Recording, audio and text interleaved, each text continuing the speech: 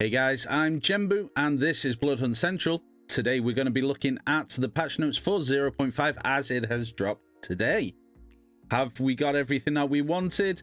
Is everything that we went over the other day absolutely right? We'll find out. But please consider hitting that like and subscribe button and following us on Twitch and Twitter for future videos and live streams. And with that, let's jump right in.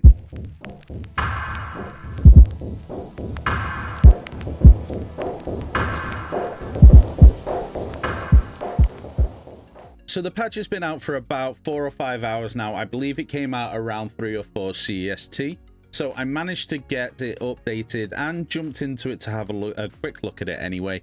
And it has changed an awful lot. I mean, the colors for the different types of resonances are a lot more clearer. Same for when you get blood hunted, the color of the red is absolutely fine, as well as the bats. They said that they were changing the colors of the bats so that you could see them, so that it had like a red outline, and that works absolutely wonders. But we're going to go through the patch notes and see what they've changed. We know they're going to change a lot in this. It was about 11.8 gig file. It was quite a large patch, but this was the first one, so hopefully it's going to have a lot of optimizations, maybe some anti-cheat in there, and a lot more content that is coming in the future. So let's have a look. Let's see what we've got. So I have our first edition, which was the improved respawn and revive mechanics. This gave notifications if you were dead that you could be revived, or if you were still alive and your teammates have died, then you could still revive them. And basically this is hopefully trying to stop people from leaving the game when they could be revived. The transversal bug has now been sorted, but this one is more about the wall climbing. You just need to hold forward now if you set that up in your settings, and they added some Elysium changes as well. And the Nosferatu Primogen is there as well, so Omnis is there in his really dark outfit. His outfit is actually pretty cool, so if we could get that as a skin, I think a lot of people would actually buy that. With the changes going on in Prague, Kustos has got some more voice lines, so he might be able to give us some more quests or something like that in the future, depending on what we're doing. As they said in the community update, Ruddlefilm Concert Hall is now open. It is very, very busy today with people trying to get in there and have a look. I mean, there's a lot of fights going around there. So if you get there in the later ends of the game, have a look around, see what you think. But it is there in all its glory.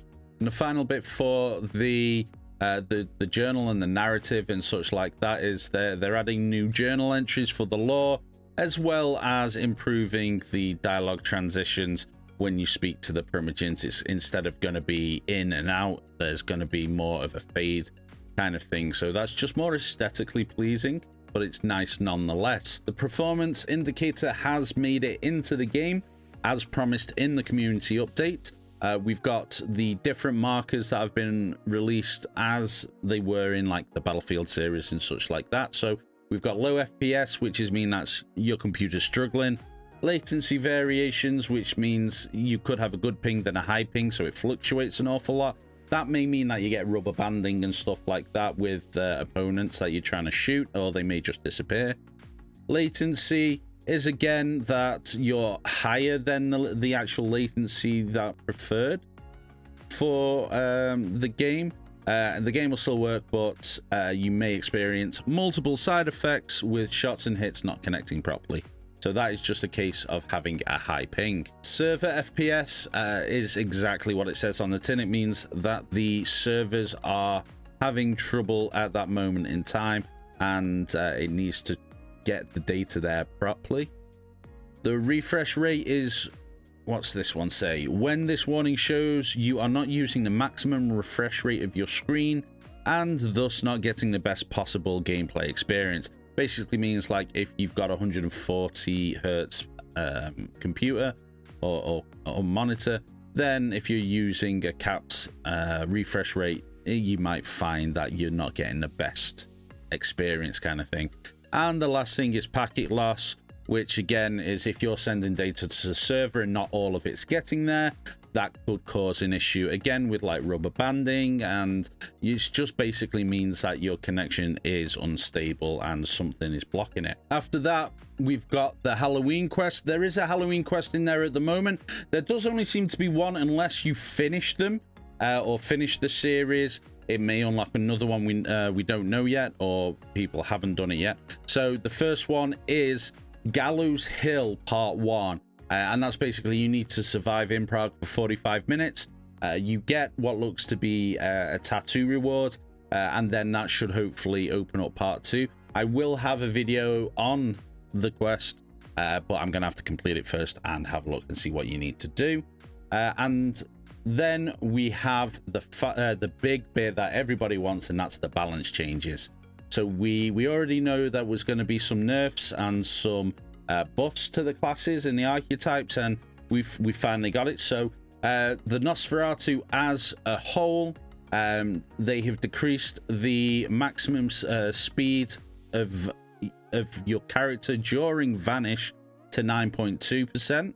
So that just means that you go 9.2% faster, and they've also reduced the time of vanish from 1.4 seconds to 1.25 seconds. So you're not going to be invisible for as long as you were.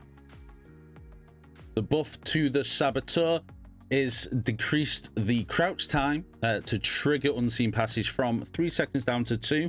So you'll be going into it a second faster, which means that you'll be able to hide quicker.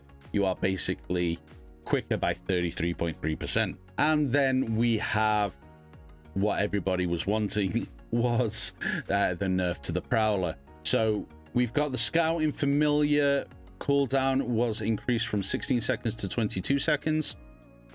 The revealed status from when you got hit by the bats and left the area of effect was changed from 5 seconds down to 1 second. That's a big change from what it was, because it used to be revealed for an awful long time afterwards.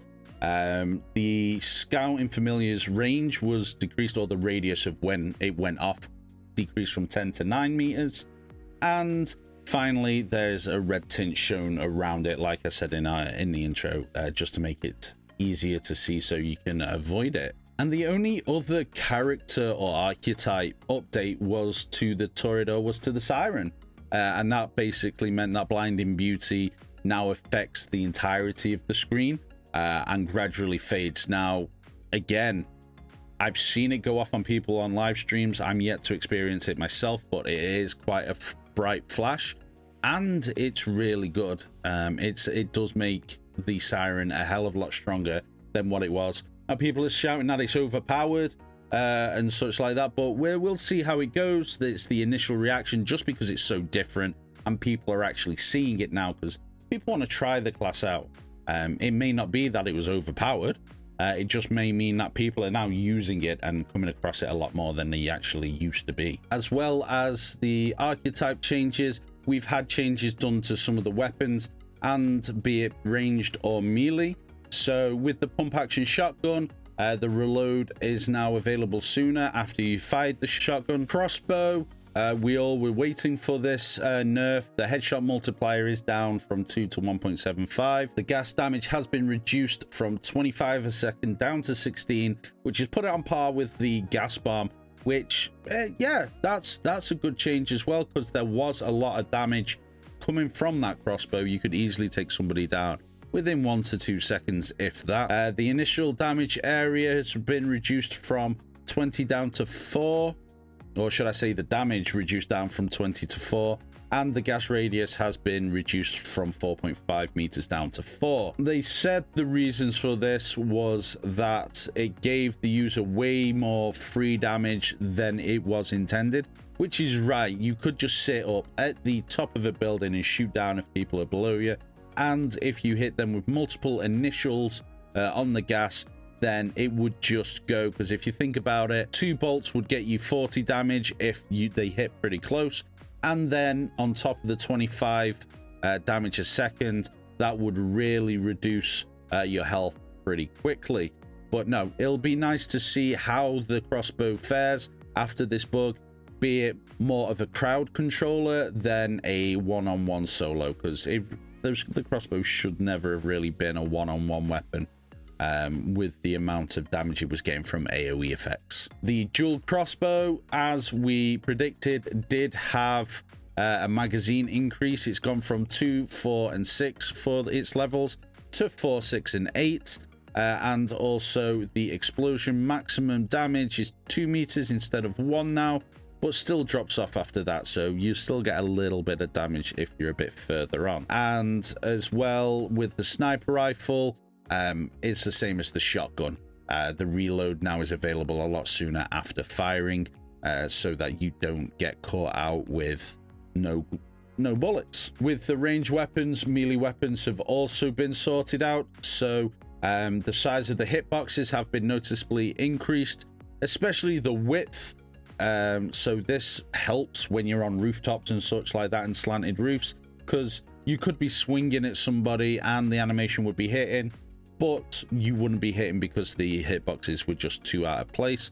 So hopefully that's going to fix it. It'll be nice to see how like the katanas and the scourge blades will fare on top of the fire axe and the spike bat. With the entity, as they stated in the live stream, they've reduced the amount of soldiers at the spawn per location in group play, and also made it so that it's only purple and gold weapons in the loot boxes. We touched on it on the intro, but they have done clearer colors, as I was saying on the outlines. So especially when you're in heightened senses, you were, or I at least was having trouble finding the correct resonances. I was always getting some of them mixed up because the pink looked like the purple or the purple looked like the pink. You're going to try and get the one to reduce one of your abilities, but you keep ending up getting the one that increases your HP regen, and it looks an awful lot better. The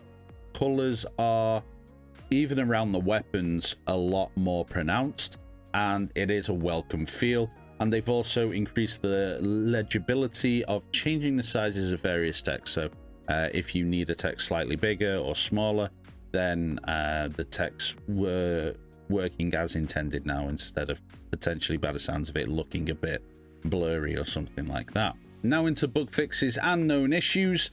Now, some of these I knew about, some of them I didn't even know existed. But the first one was they fixed the rate of fire for the automatic weapons in the tutorial being slower than what it was in the multiplayer. I only played the tutorial once. However, during this patch, they have released it so that you can play the tutorial again. So while we haven't got a place where we can practice our aim and stuff like that, as in a proper like firing range, we do have the tutorial that we can jump back into and have a run about, practice our movements and some of the shooting as well with some of the weapons. So that's always good. Fixed an issue with not being able to open the menus. Now, I did get this a few times. That's always a nice bug fix.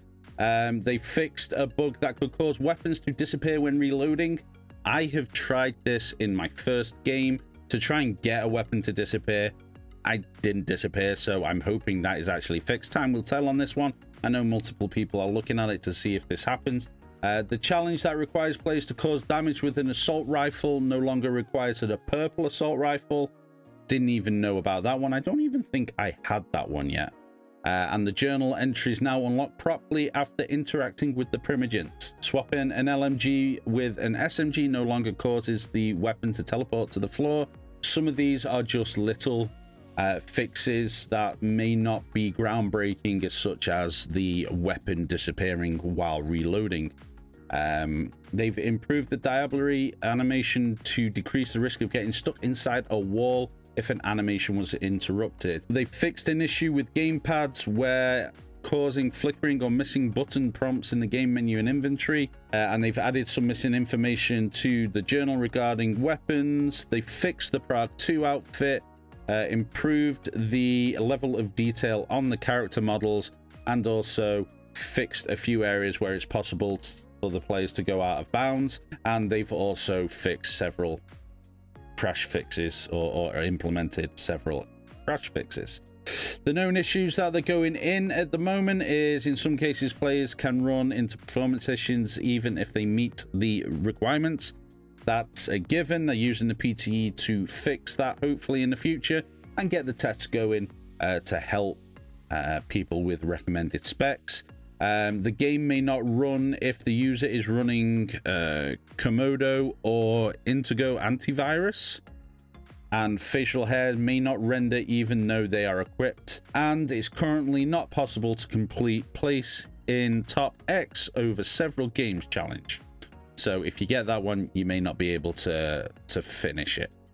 That is a hefty list that they did, and it's really nice to see that that is just part 1 of this patch, and we've still got the bonus patch to come by the end of the month. It will be interesting to see how many quests we get for the Halloween quests and what kind of rewards we get with them as well, because I really do want that like fluorescent tattoos. They look absolutely banging. Let's hope the fixes work and continue to work in the future. And basically, guys, all you should do right now is go into the game, play it out, test it out, see if anything else is happening. And if you do find some stuff, please do report it. But that's about it for this video. I'm going to be going in and testing out all these new things and doing a new quest line. So if you're playing the game, I may see you there. So thank you very much, guys, and I'll see you in Prague.